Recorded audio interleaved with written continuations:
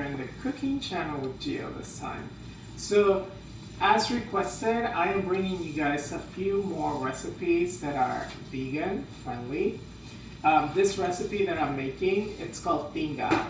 Tinga is like a very great simmered meat that we do with a lot of tomato and chipotle to give it a little bit of flavor, and chorizo, but I'm doing it obviously without any meat whatsoever. So the first step that I'm doing is jackfruit.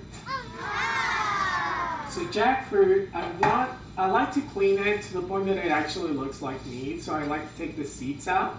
The first thing that I do is I open the can, drain liquid from it. I actually add water and rinse it again because I want to make sure that it's as flavorless as possible, because we're going to add all the flavoring into it. And as I grab the pieces and start shredding them, this is exactly what it's looking like. So it looks just like meat. It has definitely the consistency, the texture, and we are going to give it the flavor. Tinga really has a very distinctive flavor. We serve it in corn tortillas with shredded cabbage on top and a little bit of lime juice to give it a little bit of flavor.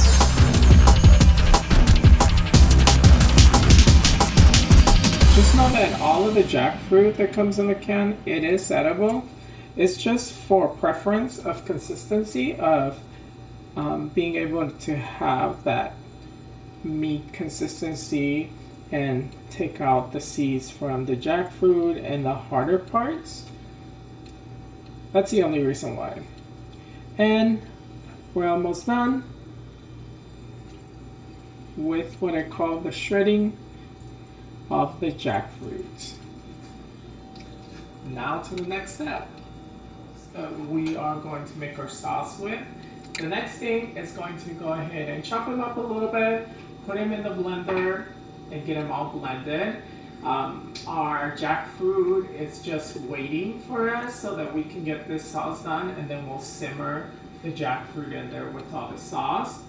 I did season the jackfruit with a little bit of garlic salt and a little bit of pepper, just to get a little bit of the sweetness that is still left there, or that flavor of the jackfruit.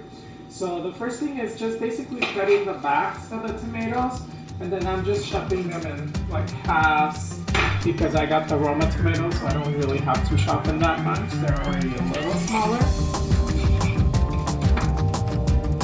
And once you chop a few of them in there, you can go ahead and get them blended. We're going to put all of this in a big pot because we're going to let it simmer for a while after this.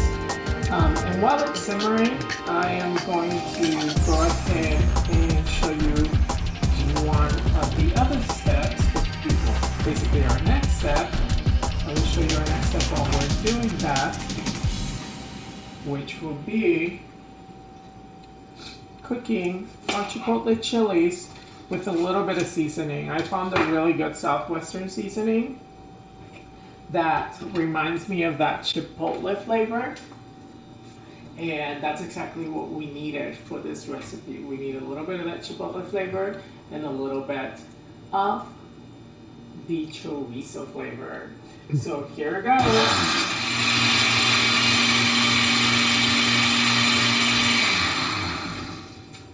And one thing that I did want to make sure I mention is that we do want to add some water onto the pitcher. So this is our last batch of tomatoes that we're going to put in there before we turn it on and start letting it simmer, and we're going to go ahead and add our jackfruit there. Okay, so make sure you add water just like if you were doing a salsa. You want to put some water in there when you're mixing all your ingredients in the blender. Get a little bit of oil, a little bit of that oil going. This is the Southwest Chipotle that you want to get. It really gives you that chorizo flavor. I like to use it a lot just to season even when I'm making like potatoes, because it gives it a really nice spicy potatoes. Or if you're cooking beans, like homemade refried beans, and you add some of this when you go to fry the beans, they're delicious. So I do want to point out that even though I am vegetarian, not vegan, There is a lot of very delicious vegan dishes, and this is why I'm focusing on this particular dish because it is very delicious. And whether you're vegan or vegetarian or non-vegetarian, even if you're a meat eater, you'll enjoy it, you'll still like it. And then when it comes to actually adding the chilies, I'm only gonna add 3 little chilies. Chipotle chilies are pretty spicy, and yes, we're doing a big batch, but I really just want to cook it and kind of mush it a little bit in with the seasoning so that it almost becomes a little more saucy before we pour it onto the pot. While we're here, well, we have already started with our tomato sauce being cooked under a very low temperature. I'm also going to salt it. This is how we get our chilies looking more into a sauce with the spices. I just added only 3 chilies into this. I wish you guys could smell it. It smells delicious. And when we get it like this, it is time to mix it into our sauce. Give it some nice chipotle flavor. And there's only one more thing that needs to be in there. And that's going to be our jackfruit. So let's go ahead and start adding our jackfruit in there.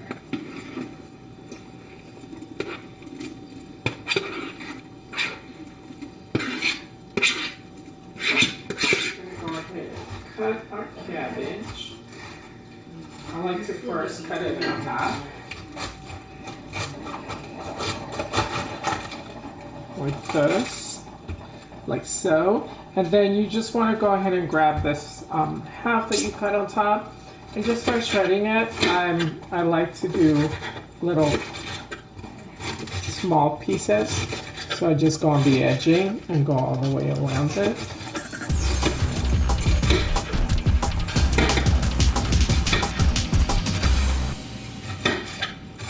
This helps me get it nice and fine. Just by doing little by little and I go around.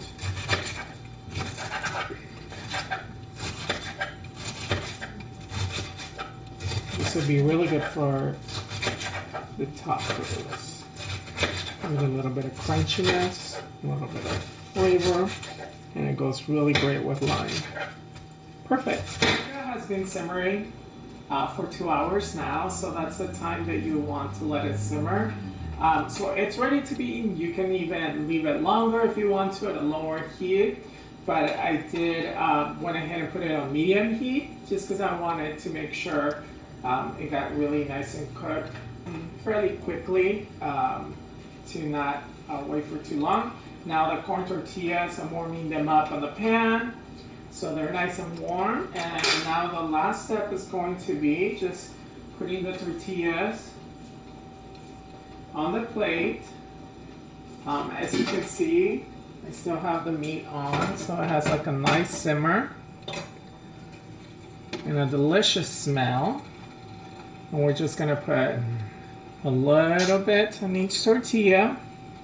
These are gonna be my tacos. Obviously, if you want more, you can put more. And add a little bit of cabbage on each of the tacos. And it just wouldn't be a traditional Mexican dish if we didn't have a little bit of lime, just to give it a little bit of flavor. And there it is.